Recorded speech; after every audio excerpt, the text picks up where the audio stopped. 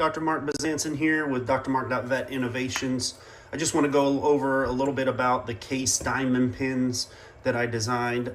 The reason that I designed these is I was having some issues in the OR with my driver. So my driver on my drill does not go any bigger than a little bit over 0.062, but I'm needing to have pins that are larger to do certain things in the OR to give me some more working area that is more rigid. And so just taking this largest pin that I have, basically you can see that there's a taper all the way down to 0.62 on a 1/4 inch pin. So what I have is a 9-inch long pin in total length, which is what we typically see. And then I have 7 inches of working length and 2 inches of what I would call the driving length.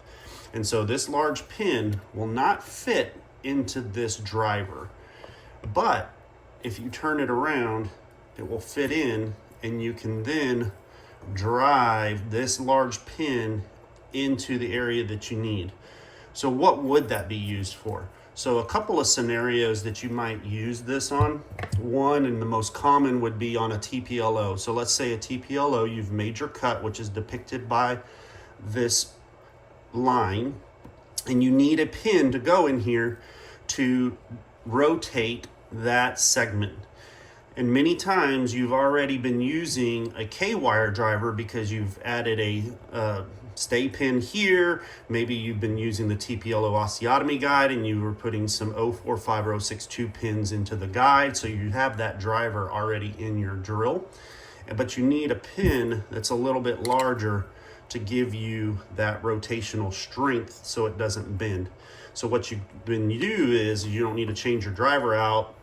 You just use one of these K-Steinman pins and you get your length to then rotate that segment. So that's a really good use of the K-Steinman pins in the OR. It's very efficient.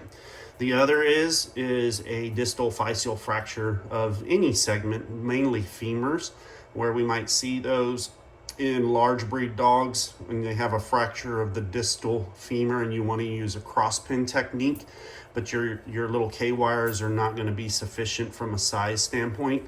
You may want to go in and pick a larger pin, and you can use the K-Steinman pin to do your cross pinning on these guys.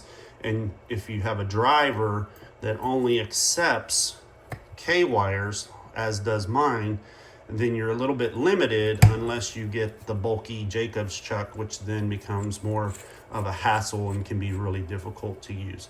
So the K-Steinman pin has multiple uses. We do have them available at DrMark.Vet.